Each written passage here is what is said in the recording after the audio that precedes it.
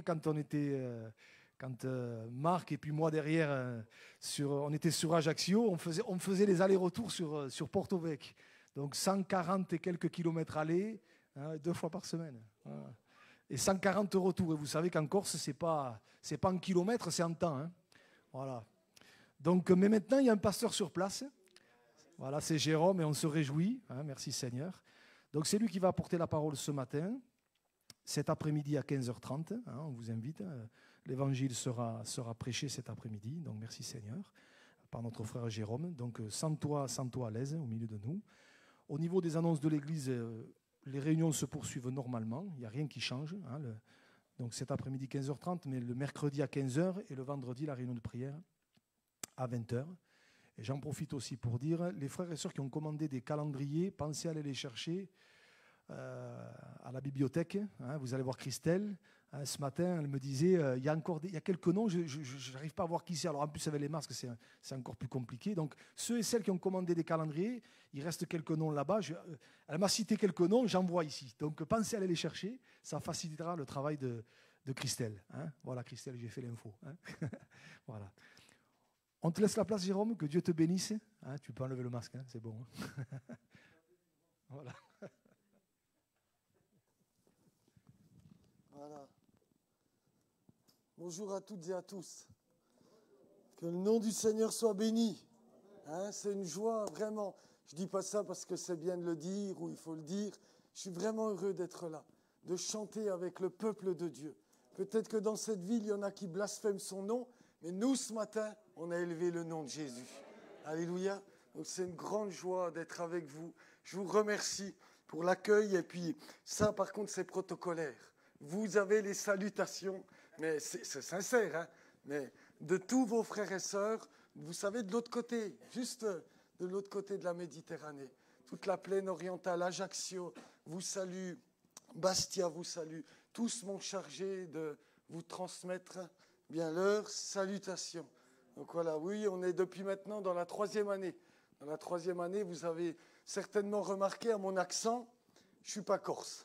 Hein. Donc voilà, j'essaye de faire des efforts, mais bon, je me fais repérer partout où je passe. Parce que je suis en fait du nord-est, originaire du territoire de Belfort. Donc c'est ce qui explique ce doux et léger accent qui me caractérise. Donc voilà, après, on a un petit peu vadrouillé à droite à gauche avec mon épouse qui vous salue aussi, malheureusement qui n'a pas pu venir parce que demain, on part sur la pastorale à Gap, donc avec le travail. Et j'ai 2 filles, 2 sublimes filles. Hein. Mais c'est chasse gardée, les gars. Voilà. Donc elles vous saluent, quoi. Donc on est maintenant dans la 3e année, sur Porto Vecchio.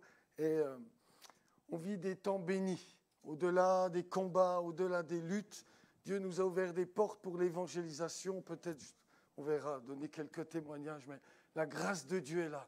Au milieu de nos luttes et de nos combats, on a commencé à voir quelques baptêmes et nous pensons que c'est le petit nuage d'Élie. Il y en aura d'autres, parce que Dieu est à l'œuvre dans ces temps difficiles. C'est à nous d'être là et d'apporter la bonne nouvelle de l'Évangile à ce monde qui est sans espérance. Hein.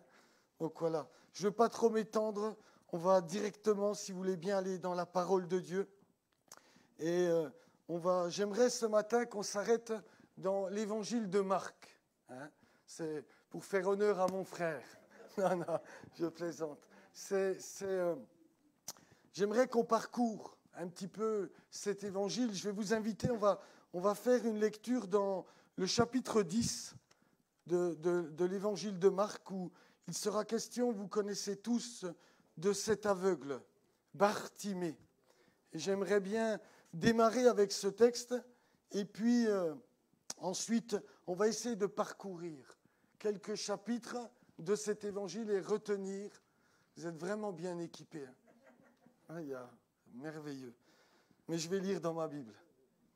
Marc, chapitre 10, et puis nous allons faire la lecture à partir du verset 46. Ils arrivèrent à Jéricho. Et lorsque Jésus en sortit avec ses disciples et une assez grande foule, le fils de Timée, Bartimée, mendiant, aveugle, était assis au bord du chemin, il entendit que c'était Jésus de Nazareth. Et il se mit à crier, « Fils de David, Jésus, aie pitié de moi !» Plusieurs le reprenaient pour le faire taire, mais il criait beaucoup plus fort, « Fils de David, aie pitié de moi !» Jésus s'arrêta et dit, « Appelez-le !»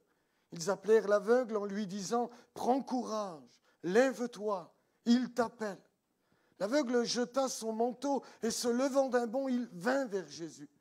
Jésus, prenant la parole, lui dit, « Que veux-tu que je te fasse ?»« Rabouni, lui répondit l'aveugle, « que je recouvre la vue. » Et Jésus lui dit, « Va, ta foi t'a sauvé. » Aussitôt, il recouvra la vue et suivit Jésus dans le chemin. C'est de ça que nous allons parler ce matin. Pour tout vous dire, et puis un petit peu dans les confidences, je suis un grand amoureux des évangiles. Je suis extrêmement amoureux de ces 4 évangiles, parce que chacun a sa particularité. Chaque évangile, bien évidemment, a un but clair et précis. Annoncer que Jésus-Christ est venu dans le monde, il est mort, mais il est ressuscité d'entre les morts. Et chacun, eh bien, en toile de fond, j'ai envie de dire, annonce ce message, la bonne nouvelle du Fils de Dieu. Mais chaque évangile, que ce soit Matthieu, Marc, Luc, Jean, va avoir une visée théologique qui lui est propre. Chacun a un message personnel. Chacun va vouloir faire connaître son message. Matthieu, on le sait, ou peut-être certains l'apprendront ce matin, va structurer tout son évangile autour de 5 grands discours. Luc, lui, nous le savons, va donner beaucoup de détails.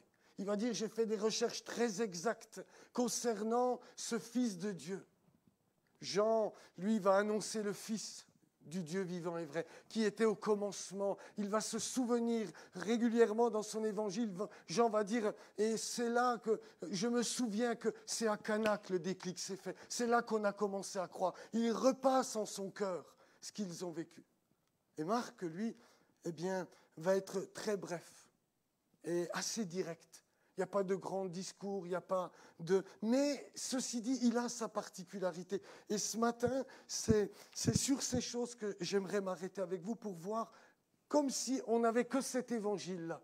Voilà ce que je me propose de faire avec vous. Comme si on ne connaissait pas, comme si on était les lecteurs de l'évangile de Marc en ses premiers temps, comme si on venait de recevoir son évangile pour essayer de trouver ce que Marc voulait communiquer, ce que cet homme avait à dire à la communauté à laquelle il l'adressait, et donc ce matin à la communauté de la Seine-sur-Mer. Le texte que nous venons de lire nous dit que Jésus, avec les siens, viennent de traverser cette fameuse ville de Jéricho. Il y a là un mendiant qui est assis au bord du chemin, aveugle. Il s'appelle Bartimée. C'est le fils de Timée, nous dit le texte. Il apprend que Jésus de Nazareth est en train de passer par le village. Il va se mettre à crier, « Fils de David, aie pitié de moi !» Quelques-uns vont lui dire, « Écoute, tais-toi, tais-toi, on cherche à le faire taire. » Il crie plus fort, « Aie pitié de moi !» Et là, le texte nous apprend que Jésus va s'arrêter. Il va le faire venir, il va, d'un bond, nous avons lu, il va se lever, il va jeter son manteau, il va venir vers Jésus et Jésus va lui poser une question. « Que veux-tu que je te fasse ?» « Oh, Rabouni, dira-t-il, que je recouvre la vue. » Va en paix, ta foi t'a sauvé. Aussitôt, le texte que nous avons lu nous dit, aussitôt il recouvra la vue et suivit Jésus dans le chemin. Malgré tous les détails de ce récit, il y a une chose, frères et sœurs, qui ne nous est pas expliquée, qui ne nous est pas racontée. C'est la manière dont Jésus va guérir cet homme. C'est étonnant. Il ne nous est pas dit comment il va le faire. Il n'y a rien, simplement va. Ta foi t'a sauvé. Il n'y a rien qui nous est expliqué. Parce que je crois que ce qui est important dans ce passage-là, frères et sœurs, ce n'est pas le comment, mais c'est le but du miracle. Parce que le texte nous donne cette précision. Il était assis au bord du chemin, et ainsi qu'il était mendiant et aveugle, il va se mettre à suivre Christ dans le chemin. Et je crois que l'important de notre passage, ce n'est pas le comment Dieu a fait, c'est le but du miracle. Cet homme s'est mis à suivre Jésus dans le chemin. Et c'est quelque chose qui m'a interpellé. C'est quelque chose qui m'a toujours intrigué. Comment se fait-il que Jésus va lui dire « va » ?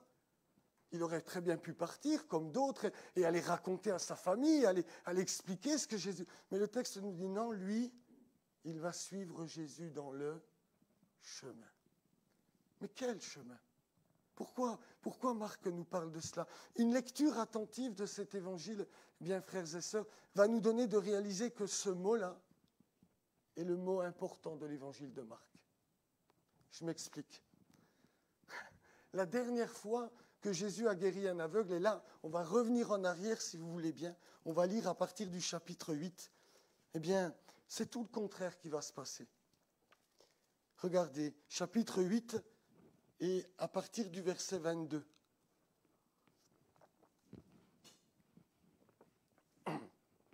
Il est dit, ils se rendirent à Bethsaïda,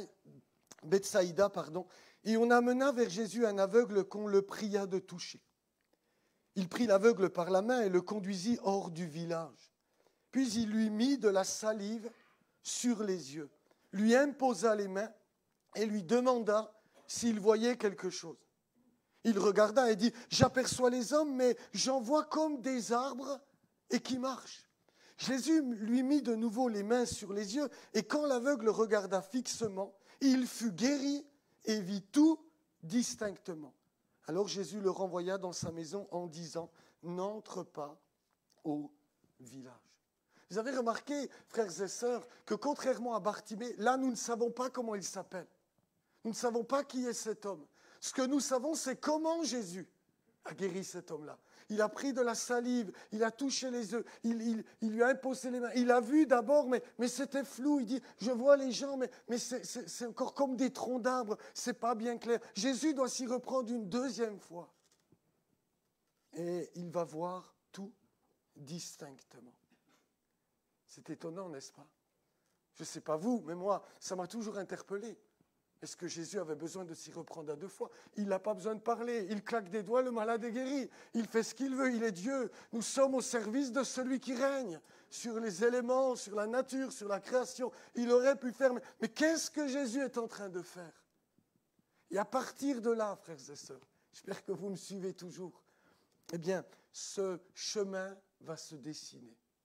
On continue de lire, vous êtes partant de lire avec moi. Verset 27.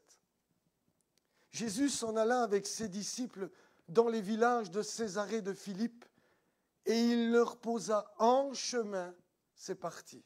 On va découvrir ce chemin-là. Cette question, qui dit-on que je suis? Ils répondirent Jean-Baptiste et les autres, Élie, les autres, l'un des prophètes. Et vous, leur demanda-t-il, qui dites-vous que je suis? Pierre lui répondit, tu es le Christ. Jésus leur recommanda sévèrement de ne dire à personne cela, de ne dire cela de lui à personne. Alors, il commença à leur apprendre qu'il fallait que le Fils de l'homme souffrit beaucoup, qu'il fut rejeté par les anciens, par les principaux sacrificateurs, par les scribes, qu'il fut mis à mort, qu'il ressuscita 3 jours après. Il leur disait ces choses ouvertement. Et Pierre, l'ayant pris à part, se mit à le reprendre.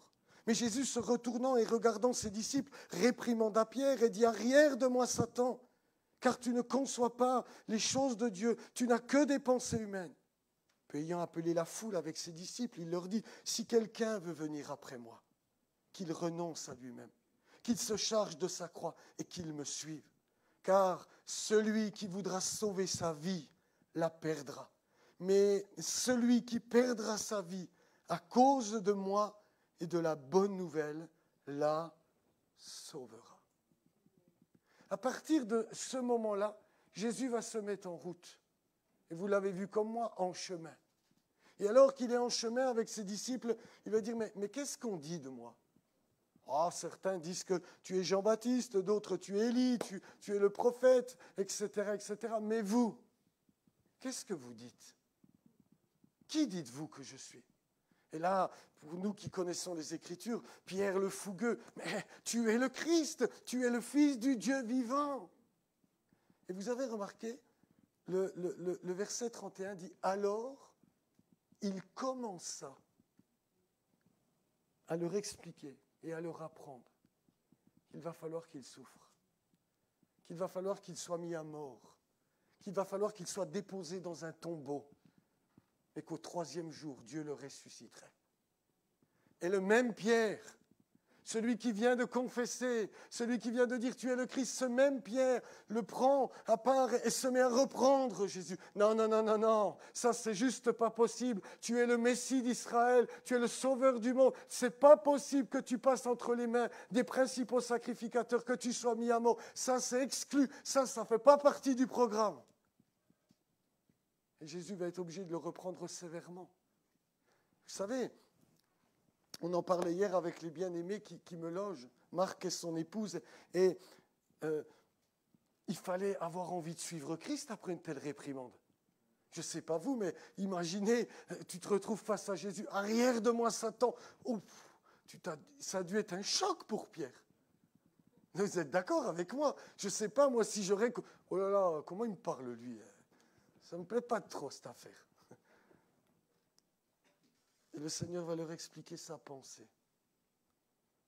Il va commencer à leur apprendre qu'il va prendre un chemin qui va aller à l'encontre de toutes les pensées humaines, un chemin que personne, humainement parlant, n'aurait pris. Seul le Fils du Dieu vivant est venu pour cela. À partir de là, le texte nous dit que 6 jours vont passer, ils vont monter sur la montagne. Vous connaissez le texte certainement, je ne vais pas le lire. Alors qu'ils sont sur la montagne, une nuée, on est au chapitre 9 cette fois-ci, et au verset 7, une nuée vint les couvrir, et de la nuée sortit une voix. Celui-ci est mon fils bien-aimé. Mais écoutez ce qu'il rajoute, écoutez-le. Écoutez-le. Cette fois-ci, c'est le témoignage du ciel. Jésus amène Pierre, Jean et Jacques. Ces trois disciples proches, ce Pierre qui vient d'annoncer qu'il est le Christ, ce Pierre qui vient de dire c'est pas possible, il l'amène sur la montagne. Et cette même voix qui s'était fait entendre au Jourdain, celui-ci est mon fils bien-aimé en qui j'ai mis toute mon affection, eh bien va retentir tout à nouveau. Mais cette fois-ci, il y aura un détail. Écoutez-le. Il a quelque chose à vous apprendre. Il y a quelque chose à vous enseigner. Vous devez être attentif à ce que mon fils est en train de vous dire. Écoutez-le. Ils vont redescendre de la montagne, vous connaissez cette histoire. Eh bien, il y aura ce père qui avait amené le fils, et puis les disciples n'ont pas pu délivrer ce fils, etc. Le Seigneur va reprendre ses disciples, et je continue ma lecture au chapitre 9 et au verset 30. Il est dit, ils partirent de là et traversèrent la Galilée. Jésus ne voulait pas qu'on le sût, car il enseignait ses disciples. Et il leur dit, le Fils de l'homme sera livré entre les mains des hommes. Ils le feront mourir, et 3 jours après qu'il aura été mis à mort, il ressuscitera. Mais les disciples ne comprenaient pas cette parole et craignaient de l'interroger. Le Seigneur est en route et il est seul avec ses disciples. Il ne veut pas qu'on sache parce qu'il veut les enseigner. Il a un enseignement particulier pour eux. Il faut qu'ils comprennent qu'ils sont en route vers Jérusalem, qu'ils sont en route vers la croix. Mais Marc nous fait savoir, mais les disciples ne comprenaient pas cette parole. C'était au-delà de leur conception. Ce n'était pas pensable. Le Messie devait être triomphant. Le Messie, c'est le glorieux. Le Messie, c'est le puissant, libérateur d'Israël. Ce n'est pas le crucifié, l'ignoble maudit de Golgotha. Mais ils craignèrent de l'interroger. Écoutez la suite. Verset 33. Ils arrivèrent à Capernaum. Lorsqu'il fut dans la maison, Jésus leur dit, « De quoi discutiez-vous en chemin ?» Ils gardèrent le silence, car en chemin, ils avaient discuté entre eux pour savoir qui était le plus grand. On sent que le décalage commence à être bien présent. Alors il s'assit, appela les 12 et leur dit, si quelqu'un veut être le premier, il sera le dernier de tous et le serviteur de tous. Il prit un petit enfant. Vous savez, dans la culture biblique, l'enfant, il était méprisé. Il ne valait rien du tout. Et lui, il prend ce petit enfant, il le place au milieu d'eux, l'ayant pris dans ses bras, il leur dit, mais quiconque reçoit en mon nom un de ces petits enfants, me reçoit moi-même. Et quiconque me reçoit, reçoit non pas moi, mais celui qui m'a envoyé. Et l'histoire continue, je ne veux pas tout lire, j'en arrive maintenant au chapitre 10, et au verset 17, cette fois-ci, il est dit, comme Jésus se mettait en chemin, un homme a couru, se jetant à genoux. Vous connaissez, c'est l'histoire du jeune homme riche. Mais lui, il n'est pas capable de le suivre dans le chemin. Il va repartir tout triste. Mais Jésus est en route. Verset 32. Ils étaient en chemin pour monter à Jérusalem. Et Jésus allait devant eux. Les disciples étaient troublés et le suivaient avec crainte. Et Jésus prit de nouveau les 12 auprès de lui et commença à leur dire ce qui devait lui arriver. Voici, nous montons à Jérusalem et le Fils de l'homme sera livré aux principaux sacrificateurs, aux scribes. Ils le condamneront à mort et le livreront aux païens qui se moqueront de lui, cracheront sur lui, le battront de verge et le feront mourir. Et 3 jours après, il ressuscitera. Les fils de Zébédée, Jacques et Jean, s'approchèrent de Jésus et lui dirent, « Maître, nous voudrions que tu fasses pour nous ce que nous te demanderons. » Il leur dit, « Que voulez-vous que je fasse pour vous ? Accorde-nous, leur dirent-ils, d'être l'un assis l'un à ta droite et l'autre à ta gauche quand tu seras dans ta gloire. » Jésus leur répondit, « Vous ne savez ce que vous demandez. Pouvez-vous boire la coupe que je dois boire ou être baptisé du baptême dont je dois être baptisé ? » « Nous le pouvons, dirent-ils. Et Jésus leur répondit, « Il est vrai que vous boirez la coupe que je dois boire et que vous serez baptisés du baptême que je dois être baptisé, mais pour ce qui est d'être assis à ma droite ou à ma gauche, cela ne dépend pas de moi et ne sera donné qu'à ceux à qui cela sera réservé. » Les 10, ayant entendu cela, commencèrent à s'indigner contre Jacques et Jean. Jésus les appela et leur dit, « Vous savez que ceux qu'on regarde comme les chefs des nations les tyrannisent et que les grands les dominent, il n'en est pas de même au milieu de vous. Mais quiconque veut être grand parmi vous, qu'il soit votre serviteur. Et quiconque veut être le premier parmi vous, qu'il soit l'esclave de tous. Car le Fils de l'homme est venu, non pour être servi, mais pour servir et donner sa vie comme la rançon de plusieurs. » Et le texte se termine par ce dernier miracle de Bartimée que nous avons lu en introduction. C'est intéressant de voir qu'ils sont en chemin. Vous avez remarqué ? Jésus va guérir cet homme à 2 reprises, comme pour leur dire, ça c'est la condition dans laquelle vous êtes. Vous avez reconnu que je suis le Fils de Dieu. Vous avez confessé que je suis le Messie, mais vous ne voyez encore pas bien distinctement. Vous avez besoin d'apprendre encore autre chose. Oui, je suis le Messie d'Israël. Oui, je suis le Sauveur du monde. Mais le salut va passer par la croix. Et dans ce chemin dans lequel ils sont, on se rend bien compte, d'abord Pierre, je résume tout ce qu'on vient de lire, d'abord Pierre va se heurter à cela. Non, ça c'est juste pas possible. Jésus va le reprendre. Il va prendre les 12, il va les enseigner, il va leur dire, mais nous, je dois mourir, il faut qu'il en soit ainsi. Ensuite, ils sont en route et le texte nous apprend que, en chemin, Jésus, mais de quoi discutez-vous ? Eux, ils discutaient de savoir qui serait le plus grand. Jésus va tout à nouveau s'arrêter. Il s'assoit, il enseigne ses disciples. En chemin, il y a ce jeune homme riche qui arrive là, il se jette à ses genoux. « Oh bon maître, que je dois faire pour hériter de la vie éternelle ? Vends tout ce que tu as, donne-le aux pauvres, et puis suis-moi. » Celui-ci n'est pas capable de suivre Jésus dans le chemin. Ensuite, le texte nous apprend que, en chemin, Jésus marche devant parce qu'il est déterminé, il va à la croix. Les disciples, eux, sont plutôt troublés, nous dit le texte, et ils le suivent avec crainte. Le Seigneur est obligé de les prendre à nouveau et de leur rappeler, mais il faut que je sois crucifié. Et puis là, c'est un coup de théâtre, j'ai envie de dire, dans notre lecture. Jean et Jacques se disent, mais qu'est-ce qui leur prend par la tête ? Jésus vient de leur parler de sa mort. Seigneur, on voudrait que tu fasses quelque chose pour nous. Que voulez-vous ? Seigneur, voyons, moi à ta droite et mon frère à ta gauche. Quoi d'autre ? Seigneur, voyons. ne savez pas ce que vous demandez. Le trône est accessible à celui qui passera par la croix. Mais si, nous pouvons, Seigneur, nous pouvons boire cette coupe. C'est vrai, vous la boirez, mais ce sera plus tard. Et le Seigneur va reprendre ses disciples une dernière fois.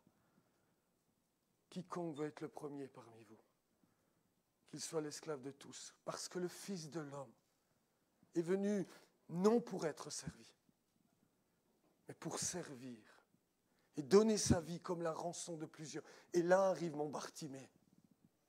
Cet homme, lui, il est assis sur le bord du chemin. Il est aveugle et mendiant.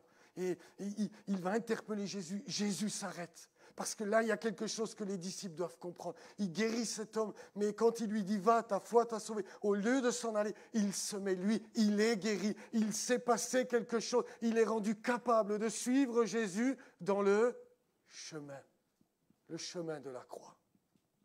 Et je crois que c'est très important. C'est très important parce que c'est ce que Jésus a voulu enseigner à ses disciples. C'est ce que Marc veut que tout disciple comprenne. Nous sommes invités à suivre Jésus dans le chemin de la croix. Nous ne sommes pas invités à suivre Jésus dans le chemin large et spacieux ou un chemin parallèle qu'on pourrait se fabriquer dans lequel on invite Jésus de venir. Nous, aujourd'hui, au XXIe siècle, nous continuons d'être appelés à suivre Christ dans le chemin étroit, resserré certes, caillouteux peut-être, mais c'est là que Jésus se tient. Et là où Jésus se tient, là est la grâce de Dieu, là est la bénédiction, là est le salut et la vie éternelle. Et je crois que nous avons besoin constamment de repasser ces choses en notre cœur. Il voyait clair, mais pas tout distinctement. Comme ce premier aveugle que Jésus a guéri, les disciples avaient besoin d'être touchés tout à nouveau. Et je crois que dans nos vies personnelles, nous confessons tous le nom de Jésus dans ce lieu. Et vous avez remarqué, frères et sœurs, je me permets, je ne vous connais pas et c'est tant mieux. Ça me donne un peu plus de liberté. Mais vous avez remarqué, quand arrivent les choses difficiles de la vie, très souvent, au nom de Jésus, nous nous y refusons, on ne veut pas de ça. Mais c'est peut-être Dieu qui est en train de te conduire là. C'est peut-être le chemin qui vient de Dieu. Mais pour nous, c'est impensable. C'est quelque chose de difficile. Vous avez remarqué, ça a été tellement difficile pour les apôtres. Jusqu'à la fin. L'évangile de Jean nous rapporte que même aux dernières heures, Jésus arrive, lave les pieds de Pierre. Pierre, il continue. Ah non, Seigneur, non. Appelle Judas. Non. Pierre, Simon. Vous comprenez ce que je suis en train de dire? Jésus a pris le temps. Jésus a été patient, mais il n'a pas changé son vocabulaire.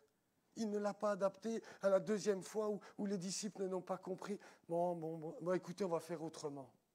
Moi, je vais y aller, mais vous n'avez pas besoin. Non.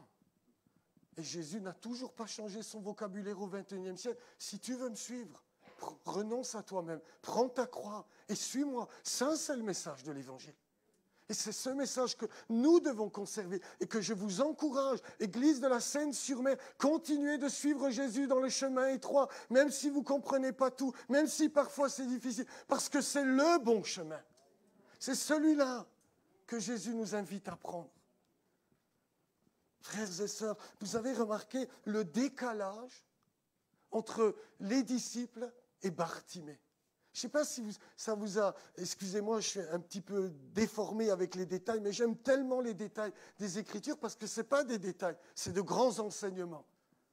Vous avez remarqué pourquoi Marc, dans le premier temps, ce miracle à 2 reprises, ne va pas nous dire qui c'est, il va dire comment Jésus l'a fait par sa salive, mais là il va nous dire comment il s'appelle. Il va s'appeler Bartimée, mais il va dire c'est le fils de Timée. Il est assis au bord du chemin, nous dit le texte. Et Jésus va lui poser une question. Que veux-tu que je te fasse? Vous ne trouvez pas ça extraordinaire que juste avant, il y a les 2 fils de Zébédée, fils de Timée, fils de Zébédée. Marc nous donne ce détail. Et puis Jésus va leur poser la même question. Que voulez-vous que je vous fasse? Eh bien, eux aussi veulent être assis. comme Bartimée est assis, sauf qu'eux, ils veulent être assis dans la gloire. Il y a une similitude, mais en vérité, il y a un tel décalage entre ces deux récits-là.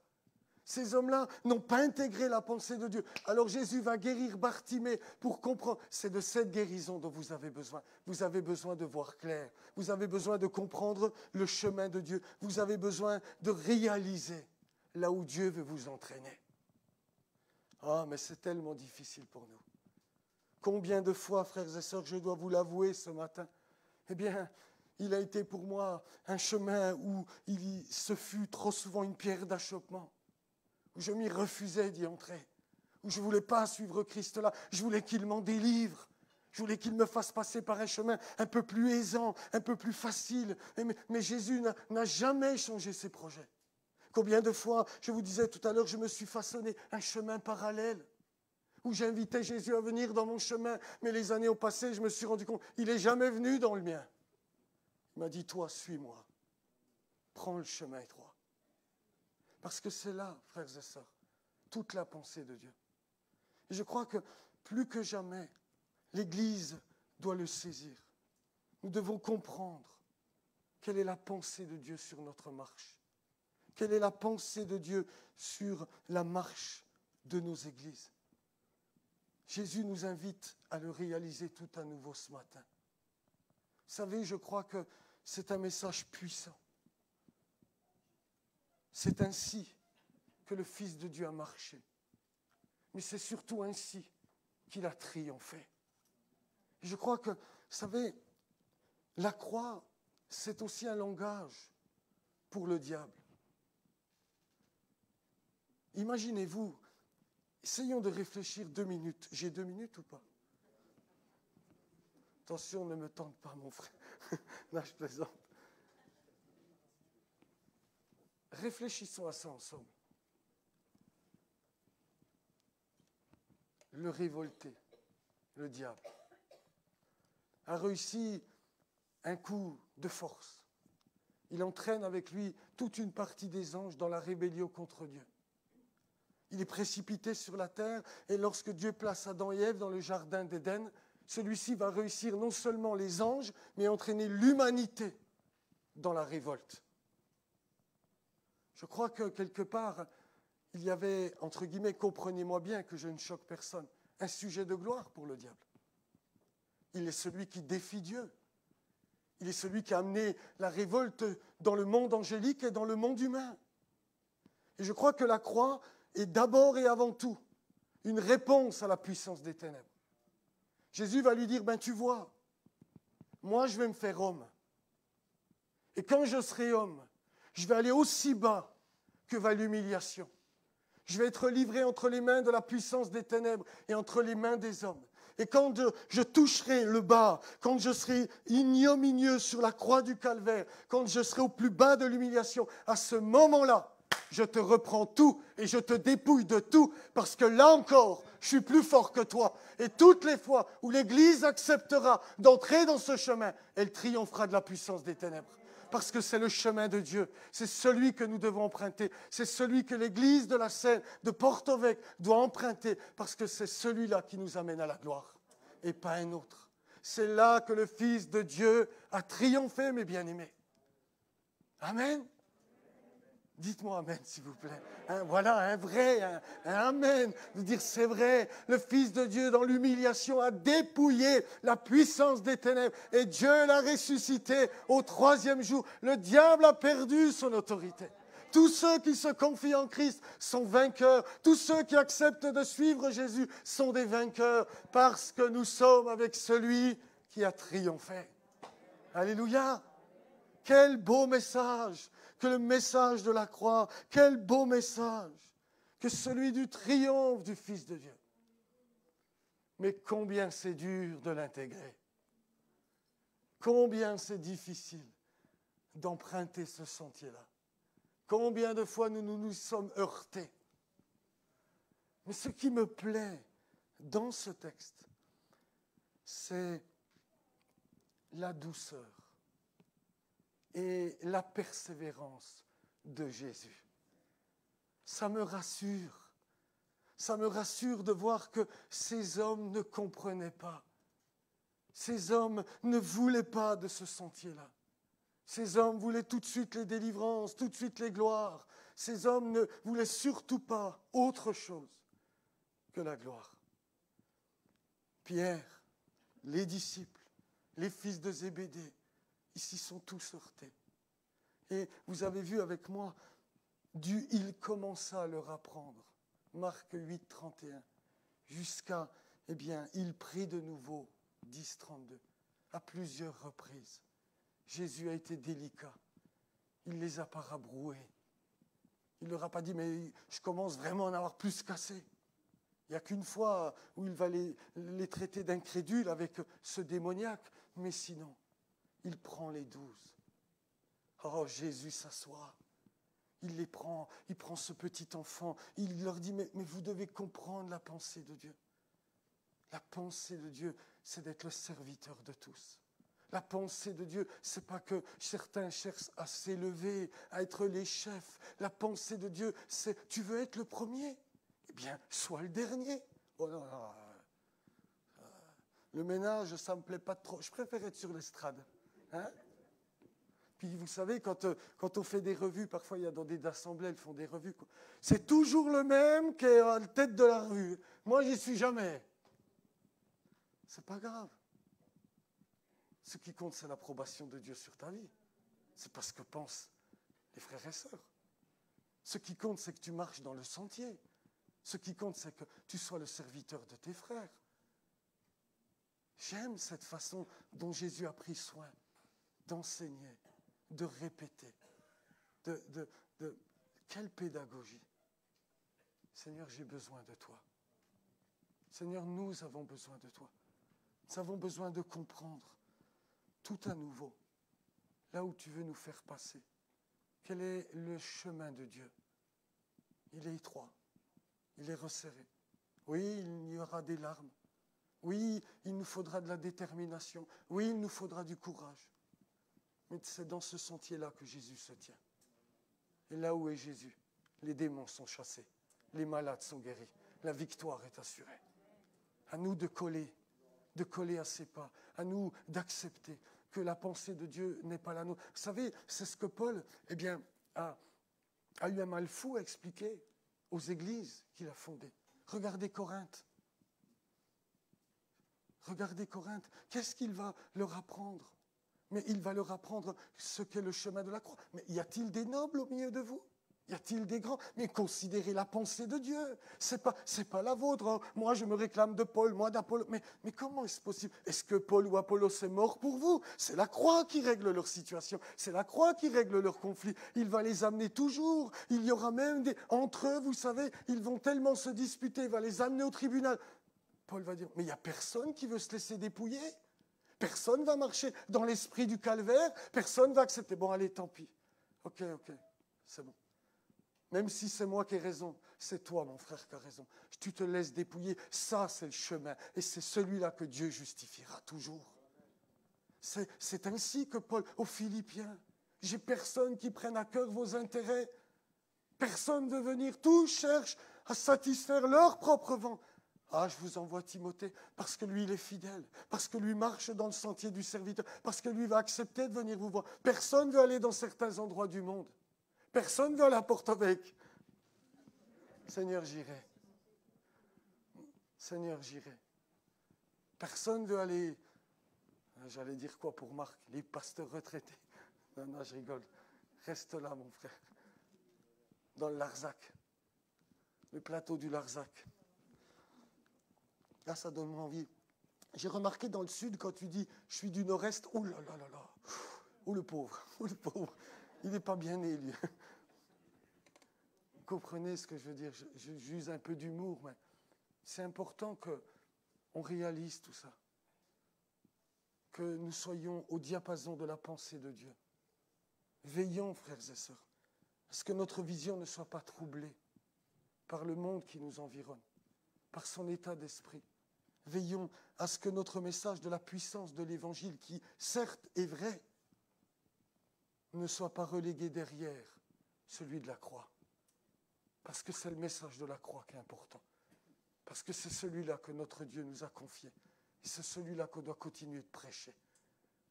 Christ nous invite à le suivre dans son sentier. Sommes-nous en chemin avec lui? Ou alors sommes-nous, comme peut-être au milieu de nous, le jeune homme riche? Vous savez, quand je travaillais en Suisse, j'ai travaillé dans l'horlogerie et j'ai eu l'occasion de discuter avec un collègue. Il s'occupait de toute la partie de contrôle et il était intrigué et intéressé par l'Évangile. Alors j'ai expliqué l'Évangile en long, en large, en travers. Et puis après des mois de conversation, de lecture, j'avais donné des ouvrages, il lisait la parole de Dieu, etc. Un matin, j'arrive au boulot et on commence à discuter de ces choses. Il me dit, écoute Jérôme, je t'arrête. Il me dit, tu sais, j'ai bien compris tout ce que tu m'as dit. Mais moi, je ne suis pas prêt à payer le prix. Quand je vois comment on se moque de toi à l'usine, comme tu es raillé par les autres, moi, c'est hors de question. Donc je ne veux plus qu'on en parle. Cet homme avait tout compris, mais il était comme le jeune homme riche. Oh, qu'il plaise à Dieu que ce matin, personne ne parte de ce lieu comme celui-ci. Engage-toi, mon ami. C'est le chemin qui mène à la gloire éternelle. Que personne ne soit trouvé comme ces disciples qui ne veulent pas ou qui s'opposent à Christ dans ce que vous êtes en train de vivre. Laissez Christ faire son œuvre. Il ne se trompe pas. Il n'est pas dépassé par les événements. Nous sommes au service de celui qui règne. Et s'il nous fait connaître ces choses, c'est parce que ça doit en être ainsi. Il fallait que Jésus passe par là. Il faut que l'Église passe par là. Amen. Alors, je termine en disant, comme Bartimée, Seigneur, ce matin, aie pitié de moi le premier, et pitié de nous, que nous recouvrions la vue, Seigneur. Nous voulons voir au nom de Jésus-Christ. Amen. Seigneur, nous voulons te rendre grâce. Te rendre grâce pour ta parole, pour ton enseignement, pour ton conseil. Quel privilège pour le peuple de Dieu que d'avoir le conseil du Très-Haut, que d'avoir la pensée de Christ. Seigneur, nous ne voulons surtout pas nous y opposer. Nous voulons nous laisser gagner par ta pensée.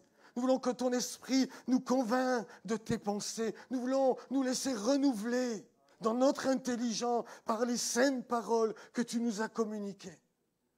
Seigneur, nous te bénissons pour ta patience à nous enseigner. Te bénissons pour ta bienveillance. Seigneur, nous voulons te dire ce matin, use de bonté à notre égard.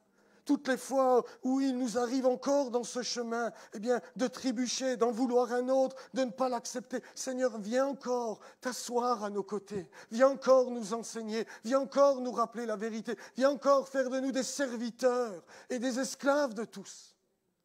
Viens encore bénir nos âmes et nos vies pour que nous puissions te coller de près, pour que nous puissions être assurés de marcher dans tes pas et à la suite du chemin que tu as frayé toi-même. Te rendons grâce parce que cette route mène directement au trône. C'est le chemin qui mène à la gloire. C'est le chemin que toi-même tu as frayé. C'est le chemin que tu as traversé pour aller t'asseoir à la droite de Dieu. Et c'est cette gloire que tu nous partageras au dernier jour. Garde-nous des séducteurs. Garde-nous des faux prophètes. Garde-nous de tous ceux qui nous détournent du chemin. Fais-nous grâce. Fais grâce à mes frères et à mes sœurs. Au nom de ton Fils, Père. Je t'en supplie. Amen. Que Dieu vous bénisse.